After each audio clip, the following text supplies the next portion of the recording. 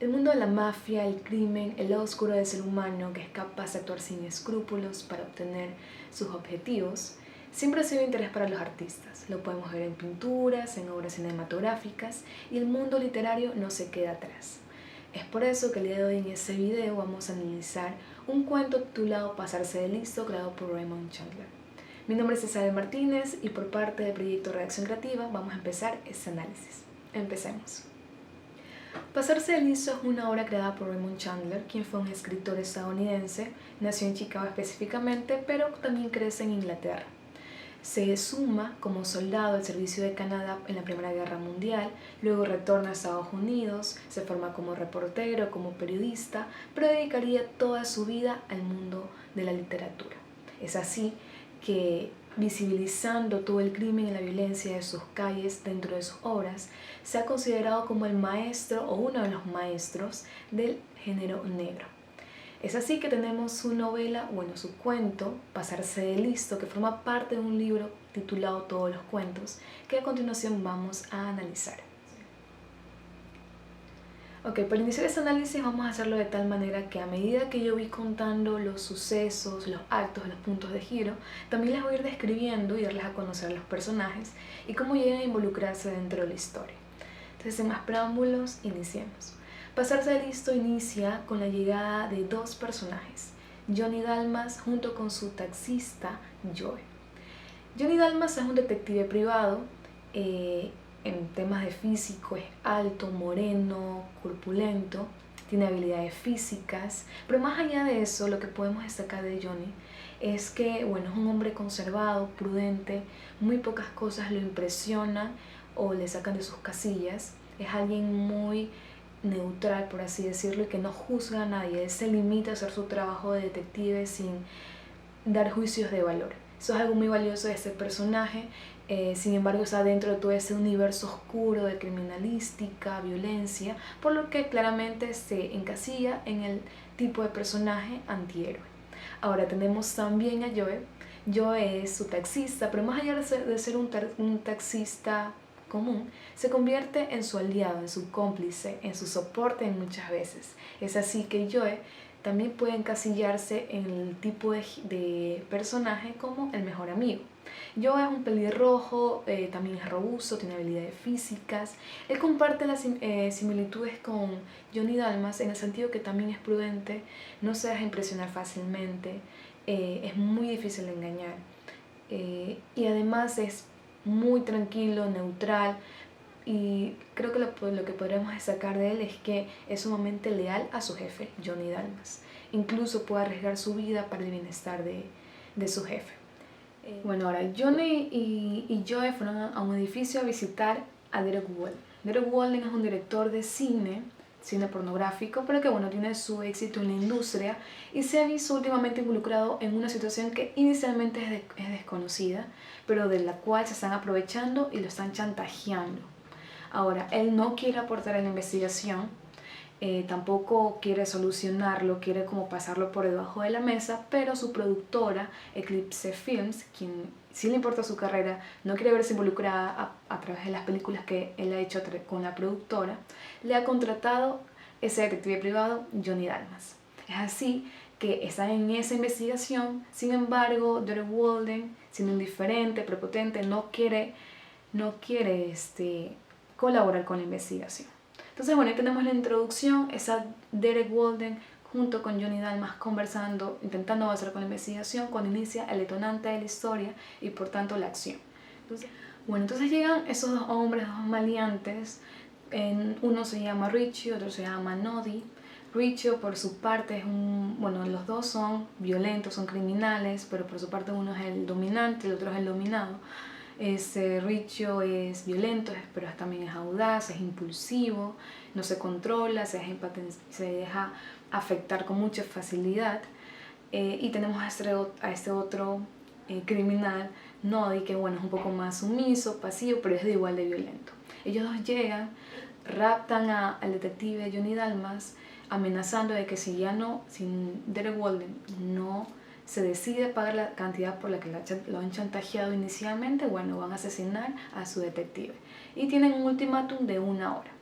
Entonces pasa todo eso, raptan a Johnny Dalmas y Derek Walden se queda un poco preocupado.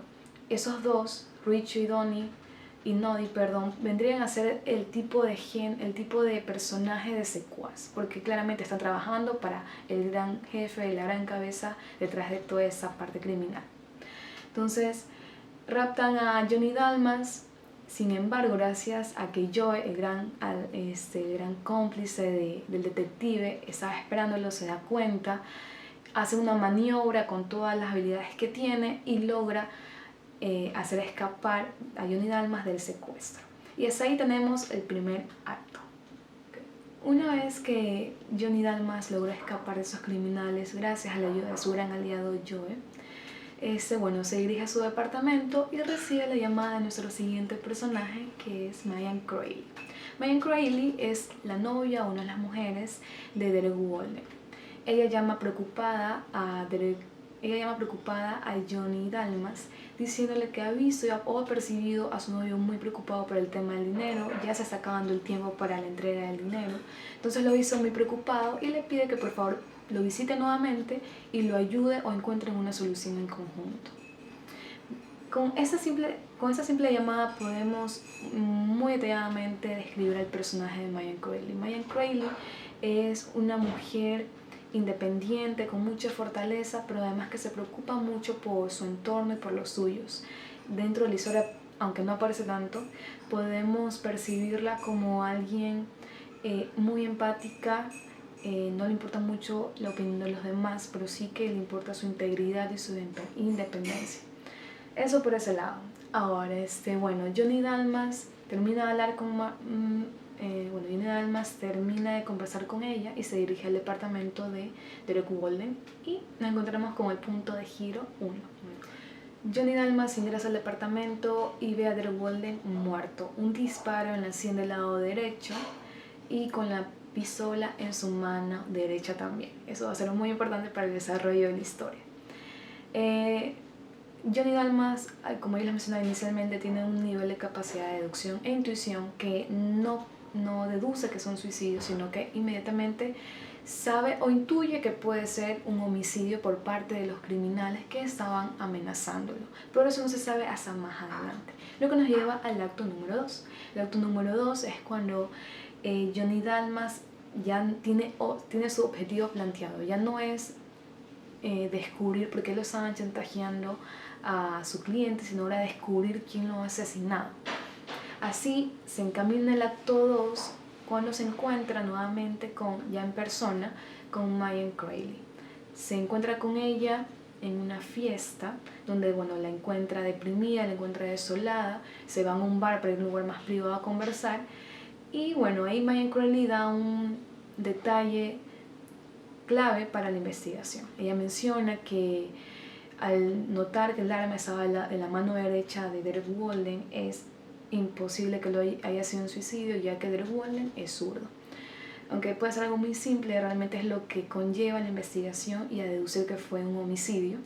Inicialmente, Johnny Dalmas con Marianne Crowley temen que la principal sospechosa sea ella. Ella es un diálogo muy profundo que tiene con Johnny Dalmas, confesando que ella quería mucho a Derek Walden, que aunque haya sido muy violento, haya sido muy mujeriego, haya tenido todos sus conflictos y sus defectos, ella quería a ese pobre hombre.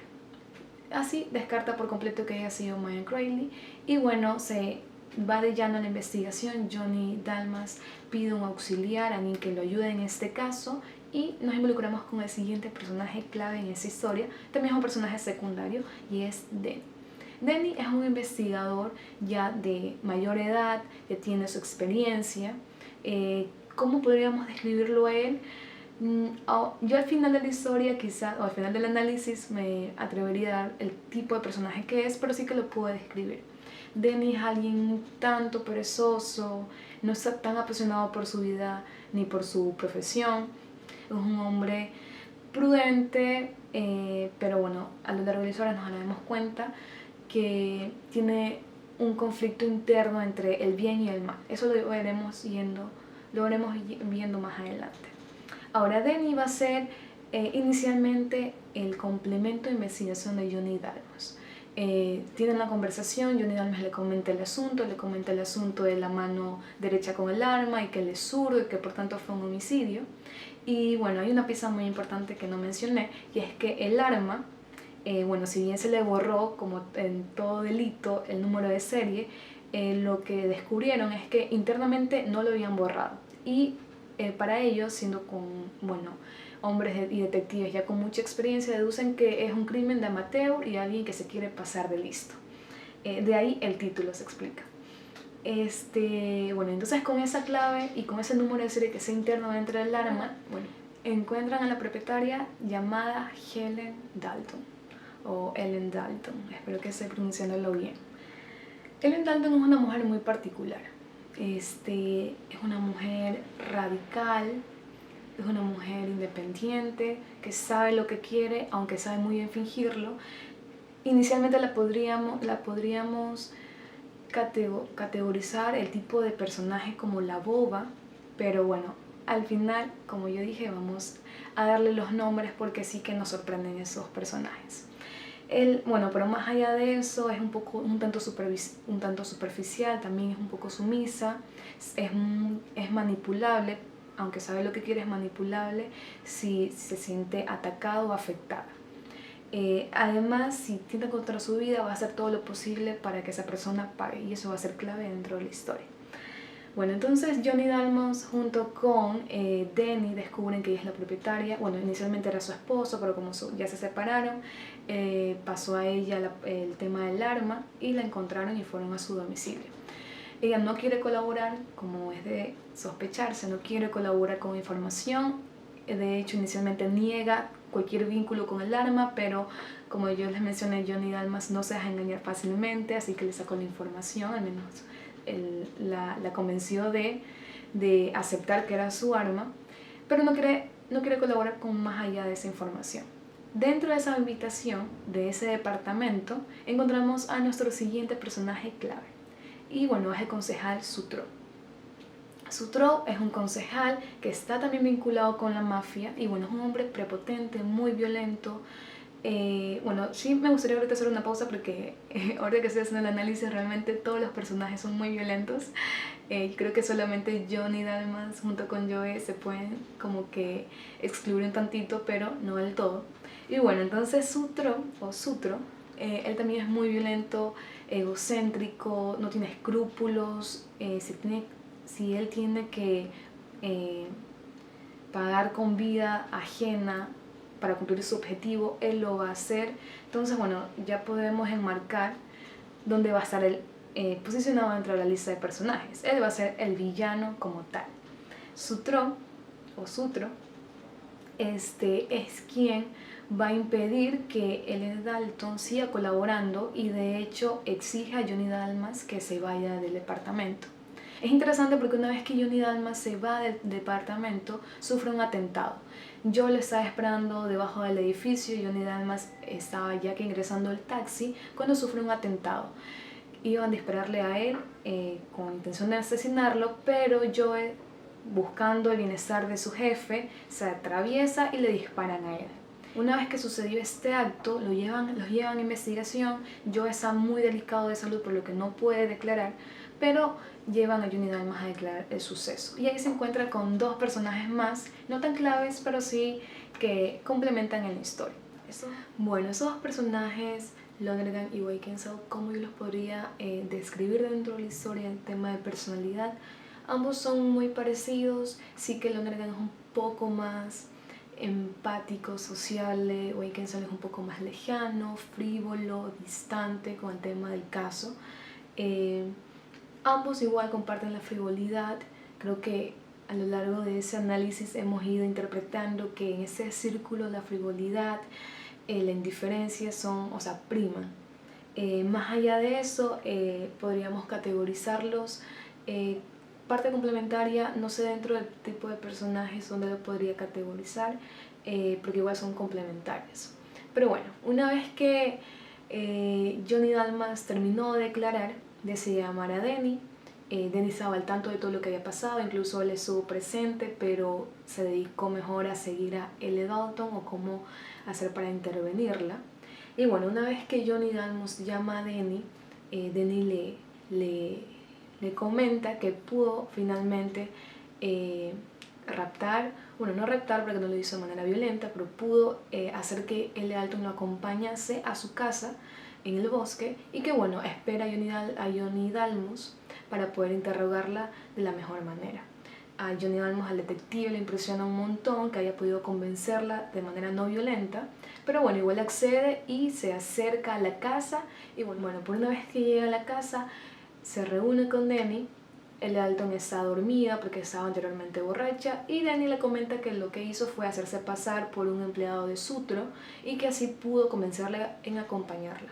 Como ya les mencionaba inicialmente, Johnny Dalmos, tiene ese instinto, esa parte de deducción que no permite que casi nada lo engañe fácilmente, y se dio cuenta de que era una historia muy cutre, por así decirlo, muy fantasiosa, que incluso parece una mentira, por lo que puede deducir que Denny, su compañero, su complemento en el caso, lo había traicionado y se había vendido al bando contrario. No sabe inicialmente cuál es el bando, él le pregunta a quién te vendiste, quién es el jefe, quién es la persona que ha armado todo ese embrollo, por así decirlo.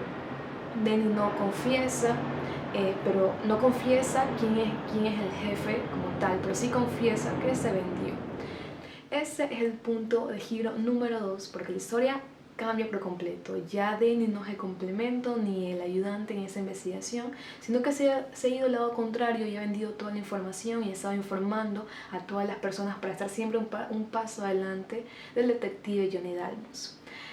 Dentro de toda de esa discusión que se está armando, ocurre un punto de quiebra. Aparecen dos nuevos maleantes desconocidos, grandes, que llegan a atacar el lugar donde estaban los tres, tanto Ellen Dalton como Johnny Dalmos y Denny, con metralletas, casi que quieren asesinarlos, pero no logran hacerlo. Bueno, y eso le da una pista tanto a Denny como a Johnny Dalmos, que todo ha sido una trampa para deshacerse de los tres, porque los tres tienen información valiosa y los tres están interviniendo en el camino de ese gran jefe que hasta el momento no sabemos quién es.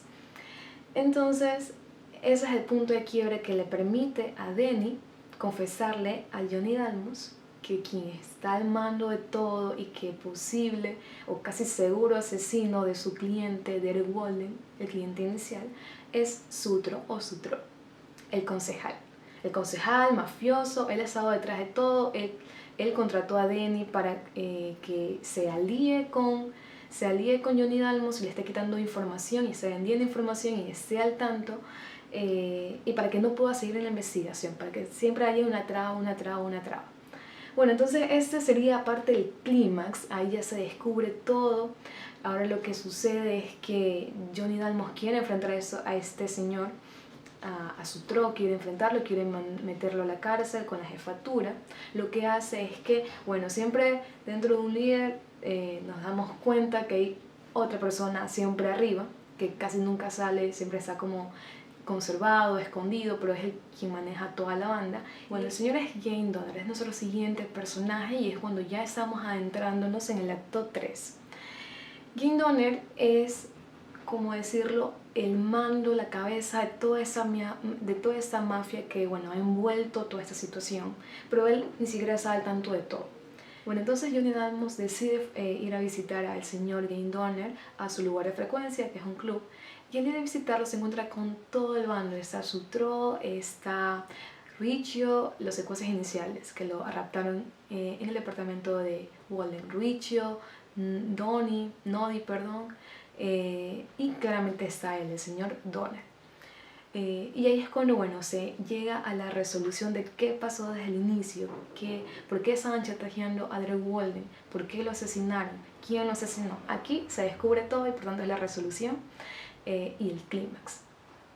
Se desdeña de la siguiente manera. Derek Walden trabajaba para esos mafiosos, estaba involucrado en la mafia, en el contrabando de drogas, de mercancía blanca, pero ya al haberse enamorado, aparte ya no le convenía económicamente, aparte estaba asustado, decidió alejarse de la mafia, quería deshacerse de ellos, quería alejarse de todo ese mundo, pero claramente una vez que tú te unes a la mafia nunca puedes echarte para atrás.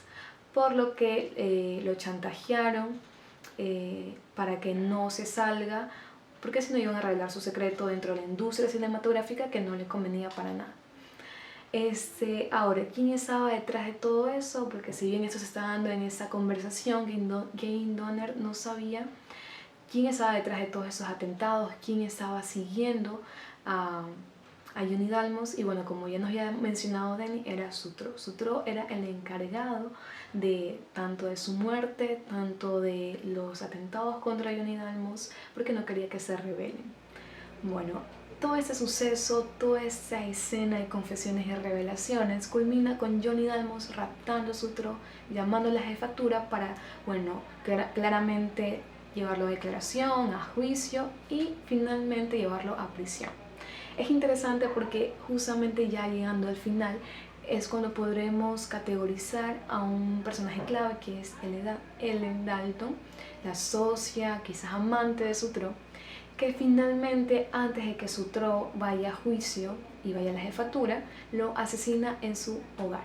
Es por eso que a ella la vamos a categorizar como la mujer fatal, muy característico del género negro, aquella mujer que inicialmente puede ser tu amante, tu socio, tu cómplice, pero que al final te traiciona y en este caso lo asesinó, quizás porque tenía información relevante sobre ella.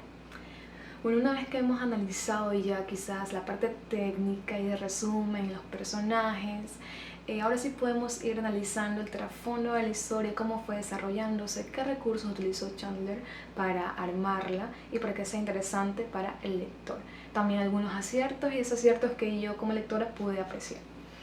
Ahora, por parte de los diálogos, que es un punto que es válido analizarlo, son diálogos básicos, no hay mucha profundidad dentro de los diálogos, son cortantes, son información exacta.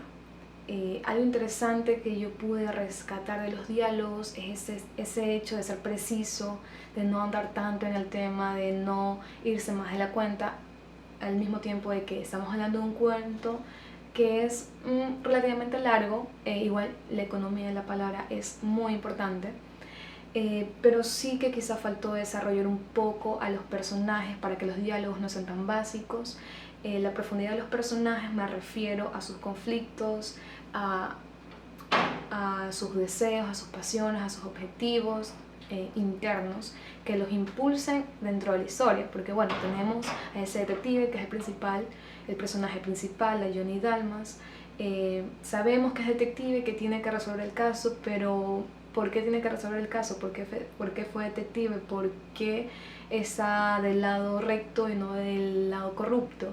Entonces conocer quizás ese tipo de trasfondo creo que es lo que ayuda a armar diálogos más profundos, diálogos que incluso te permitan citar ciertas partes para que tú te puedas identificar y puedas como utilizarlo a su favor o en su contra. En ese caso, como los diálogos son tan básicos, simplemente son de dame información, recepto la información, es como una línea muy plana de contesto, pregunto y contesto, pregunto y contesto. Entonces eso quizás, el origen de quizás ese desacierto es el tema de no haber profundizado tanto en los personajes. Además, otro punto es que eran muchos personajes para una historia relativamente corta, considerando que bueno, existe la novela.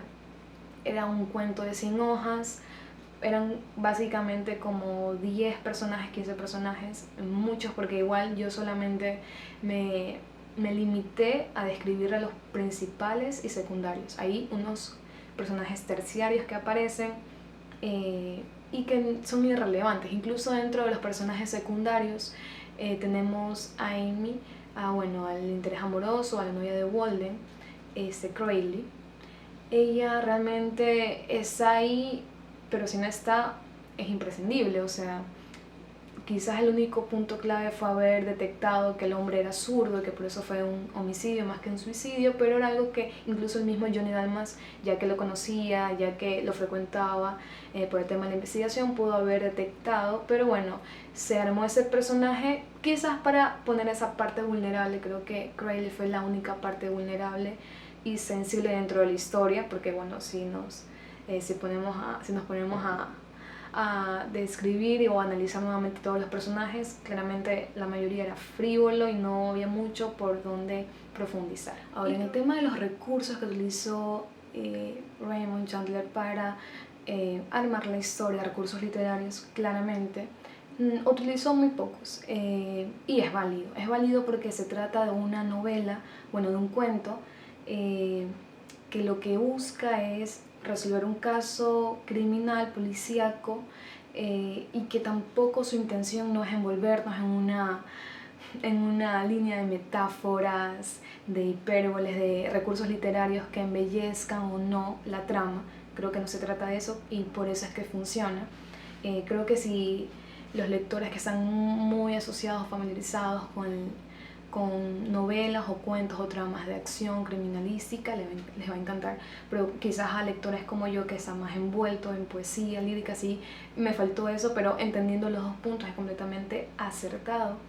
Entiendo también que fue una estrategia muy buena, lo entendí finalmente cuando pude leerme por tercera vez la obra, es que el simple hecho de no haber ahondado en recursos extravagantes es también para adentrarnos en ese mundo frívolo, en ese mundo calculador y que no busca profundizar. Ahí también quizás entiendo el tema de no haber profundizado en los personajes.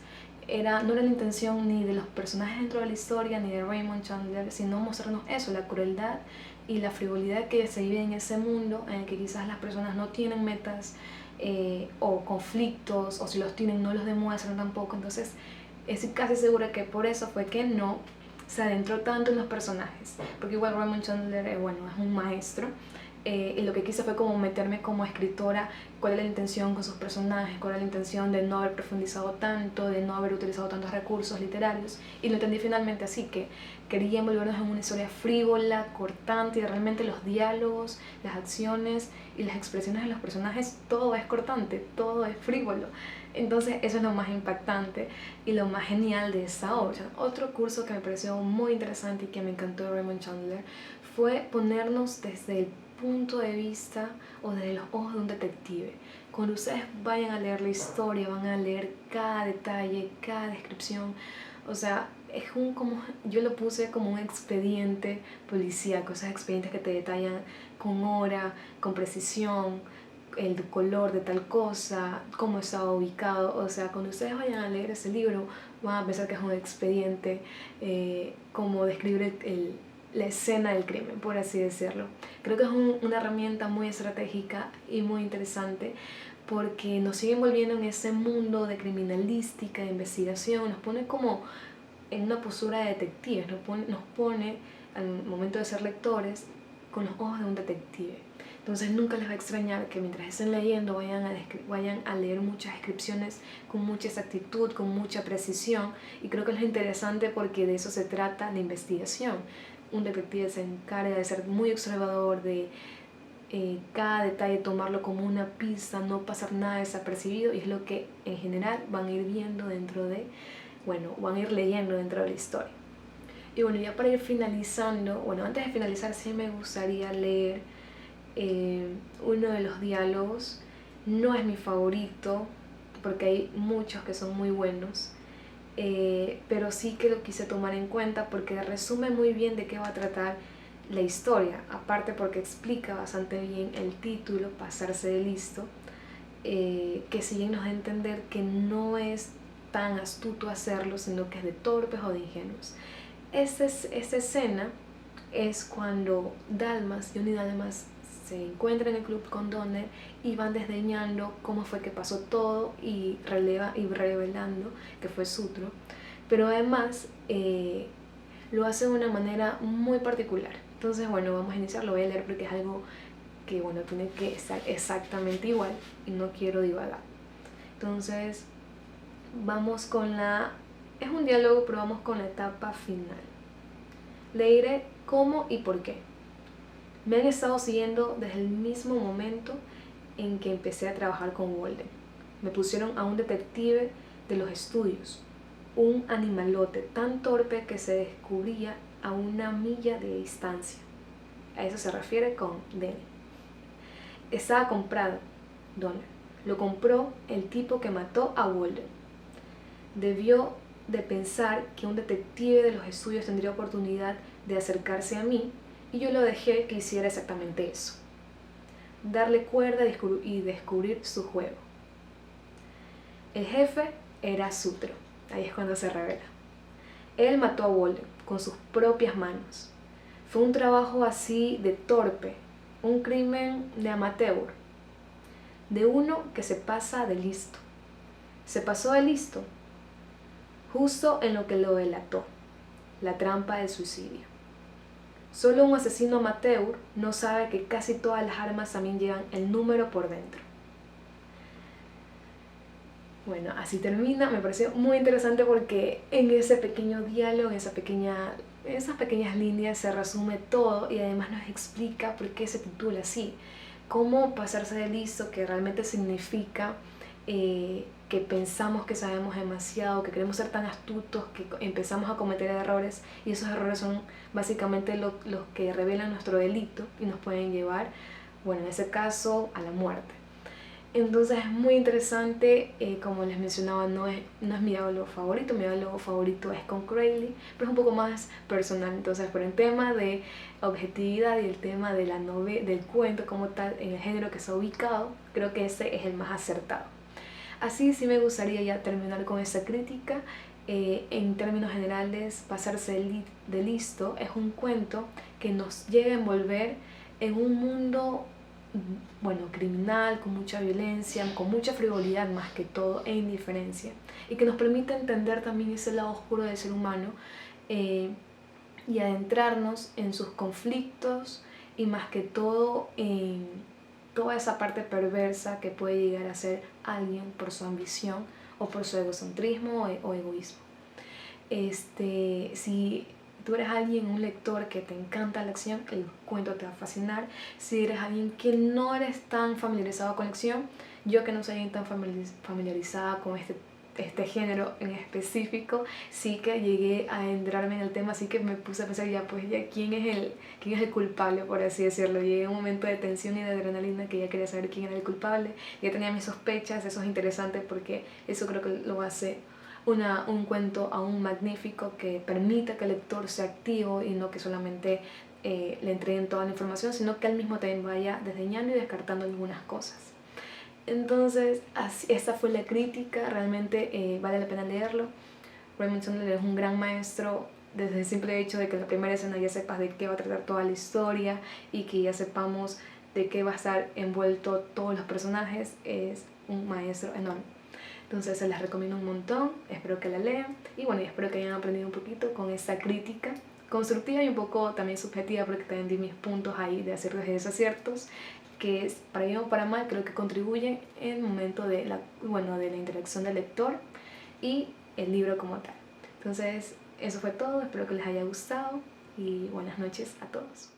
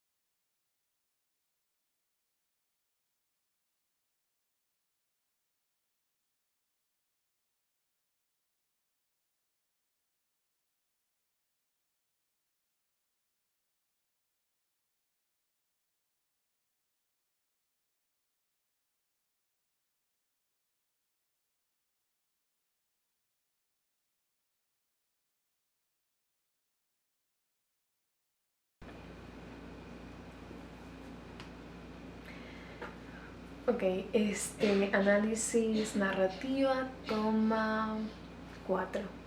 Ok, bueno, algo que me encantó y quizás fue lo más acertado para mí, desde mi punto de vista, no, análisis, toma 6. Bueno, algo muy estratégico y acertado fue el ritmo de la historia. El ritmo fue muy acelerado, aunque con sus pequeñas pausas que se aprovecharon en los diálogos. Por el momento de la acción y de pasar del primer acto al punto de giro, o sea, me explico mejor, de que Dalmas va a visitar a Walden, que vienen los criminales, lo raptan, de que lo raptan, se escapa del rapto, pero al regresar al departamento Walden ya está muerto y de ahí tiene que desarrollar toda la investigación. Realmente es muy rápido. Si nos ponemos a analizar, solamente en el primer acto hay muchos beats, está el punto de giro claramente, pero el ritmo es muy acelerado, aunque claramente está la pausa de los diálogos, pero todo lo que sucede es muy acelerado. Creo que es lo más acertado porque al menos a mí como lectora me generó esa adrenalina, esa sensación también de tensión, de qué va a suceder, de por qué pasan tantas cosas también. Tantos atentados contra Dalmas. Entonces es muy interesante. Ahora, si solamente me enfrasco en las acciones, bueno, en las escenas de acción, por así decirlo, por ejemplo, cuando Dalmas es raptado por esos dos criminales, Riccio y Nodi, perdón, es muy interesante cómo Raymond Chandler describe las acciones a tal punto que es como un baile y como que vamos sincronizados el lector con el escritor.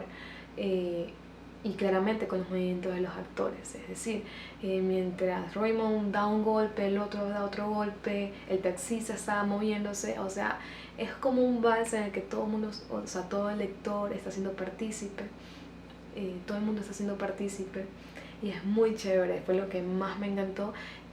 Cuando yo escribo, no escribo tanta acción, me enfoco más en escribir diálogos y sentimientos y pensamientos y emociones que acciones como tal. Entonces eso fue muy chévere, a mí sí me llenó de la adrenalina, era como un baile y fue muy chévere.